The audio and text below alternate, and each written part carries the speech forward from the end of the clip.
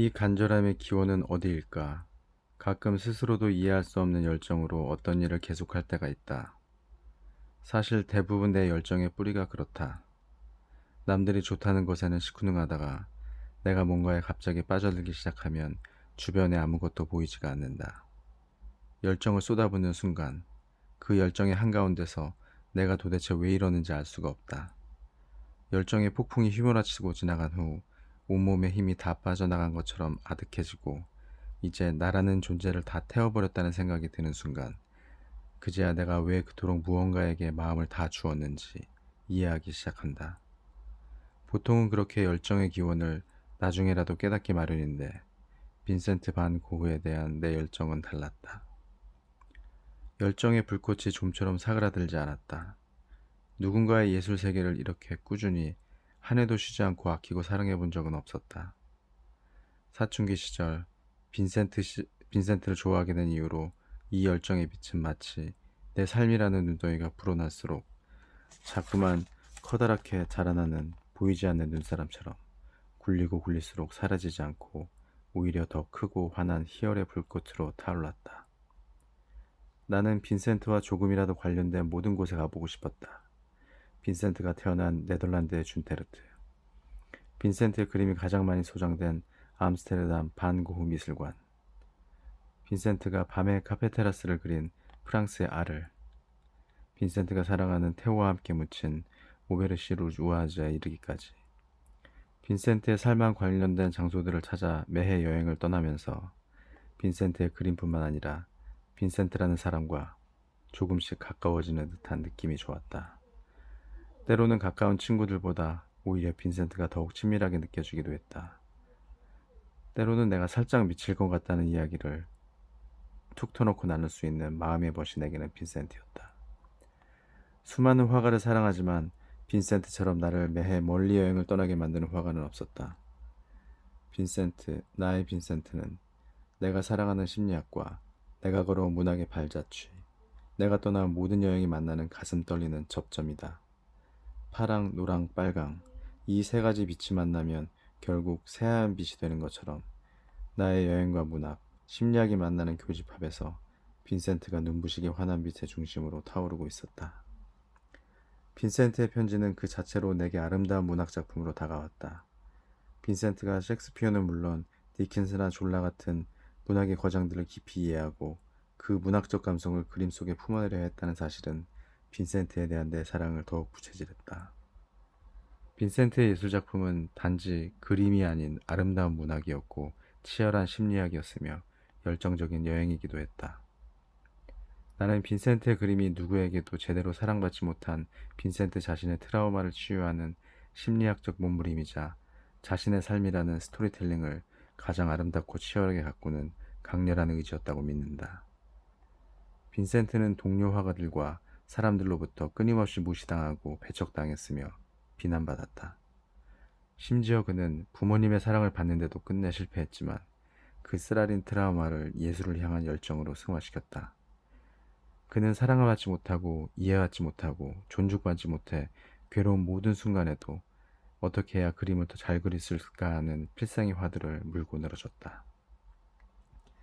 자신의 그림이 우울과 발작의 고통 속에서도 한 발짝 앞으로 나아갈 때마다 그의 슬픔의 무게를 조금씩 내려놓으며 생의 의지를 불태웠다. 나는 빈센트의 우울과 광기 자체가 그토록 위대한 작품을 만들었다고 생각하지 않는다.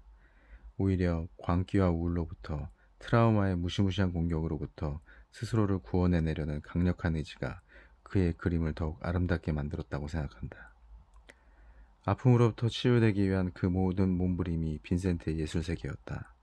그는 아픔을 재료로 예술을 창조한 것이 아니라 아픔에 맞서기 위한 불굴의 용기로 그림을 그렸음을 믿는다. 빈센트는 삶을 사랑하고 사랑을 사랑하고 예술을 사랑하는 힘으로 그림을 그렸다. 그것은 광기로 인한 집착이나 비틀린 열정이 아니었다.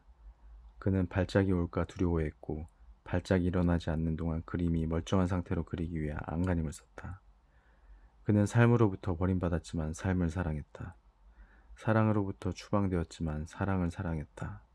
정상적인 삶, 행복한 삶, 평화로운 삶, 예술을 사랑하는 삶으로부터 저지당했지만 그는 그 모든 추방의 기억과 싸우고 세상 속에 굳건하게 서 있기 위해 몸부림쳤다.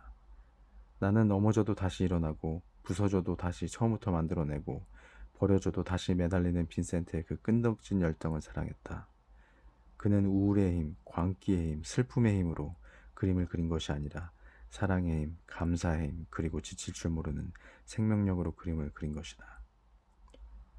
빈센트의 그 간절함이 다시 없는 사랑의 빛이 될 때까지, 그 간절함이 가장 빈센트다운 노랑과 파랑이 되어 세상에 하나뿐인 해바라기와 별이 빛나는 밤으로 솟아오를 때까지 그는 아플 때나 슬플 때나 두려울 때조차 그리고 또 그렸다. 무서운 계절풍이 불어오면 이젤의 말뚝을 받고 그렸고, 정신병원에 입원했을 때도 오직 그릴 수 있는 자유를 되찾기 위해 싸우고 또 싸웠다. 빈센트는 자꾸만 나를 어디론가 떠나보냈다. 그의 그림이 있는 곳, 그가 잠깐이라도 스쳐간 곳, 그가 새로운 아이디어를 떠올린 모든 곳이 내게는 빈센트의 집이었다. 빈센트는 집에만 머물고 싶어하는 소심한 나를 아주 멀리 나아가게 했다.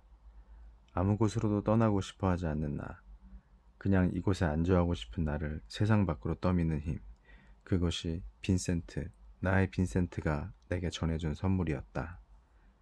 그리하여 빈센트의 그림을 마음속에 품어 안고 떠난 그 모든 순간들이 나에겐 첫 경험들이었다. 빈센트 때문에 난 처음으로 그 이름도 제대로 발음하기 힘든 준데르트, 오델로, 누에넨 같은 낯선 장소로 길을 떠났다.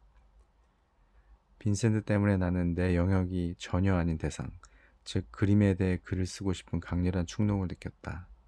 그 모든 어처구니없는 첫 경험들이 나를 눈물지게 했고 나를 미소짓게 했다. 빈센트는 내게 속삭였다. 삶이 허락하는 제한된 지평선을 뛰어넘으라고. 내가 여기에 안주하면 절대로 보이지 않는 것들, 내 영역에 만족하면 절대로 보이지 않는 저 너머의 세계를 꿈꾸라고. 빈센트는 내게 선물했다. 내게 불가능한 것으로 보였던 모든 세계를, 내게 허락되지 않은 모든 세계를 감히 꿈꾸는 용기를. 나는 빈센트를 찾아가는 마지막 여행지를 런던으로 정했다. 런던 내셔널 갤러리에 있는 빈센트가 그린 15송이 해바라기와 빈센트의 의자가 있다. 빈센트를 찾아가는 마지막 여행지로 런던을 선택한 것은 그의 인생의 터닝 포인트가 된 그림이 내게는 해바라기처럼 보였기 때문이다. 의자 하나만으로 그 사람의 한평생을 너끈히 그려낼 줄 아는 투지가 담긴 빈센트의 작품도 여기에 있다. 빈센트의 그림은 시간과 공간 속에 제한된 우리의 일상 너머에 존재하는 우주적인 힘을 일깨워준다. 이 책의 독자들에게도 빈센트가 내게 주었던 모든 생의 행복이 기쁘게 전염되기를 꿈꾼다. 빈센트는 내게 선물해 주었다. 내 안에서 아무리 퍼내고 또 퍼내도 고갈되지 않을 생의 열정을. 아무리 절망적인 상황에서도 결코 그 어떤 꿈도 포기하지 않을 권리를. 자기를 파괴할 수도 있는 광기를. 세상을 더욱 뜨겁게 사랑하는 예술의 빛으로 승화시킨 그의 용기를. 나는 그 모든 빈센트의 선물을 당신에게도 담뿍 나누어 주고 싶다. 지금 이 순간 내셔널 갤러리에서 빈센트의 타는 듯한 해바라기는 내 앞에 더 큰 사랑의 힘으로 서 있다. 더 깊은 그윽해진 삶이라는 햇빛의 향기를 가득 머금은 채 나는 빈센트를 통해 깨달았다. 가혹한 불운에 대한 가장 멋진 복수, 그것은 예술의 창조임을. 2019년 봄이 오는 길목, 런던 내셔널 갤러리에서 정여울.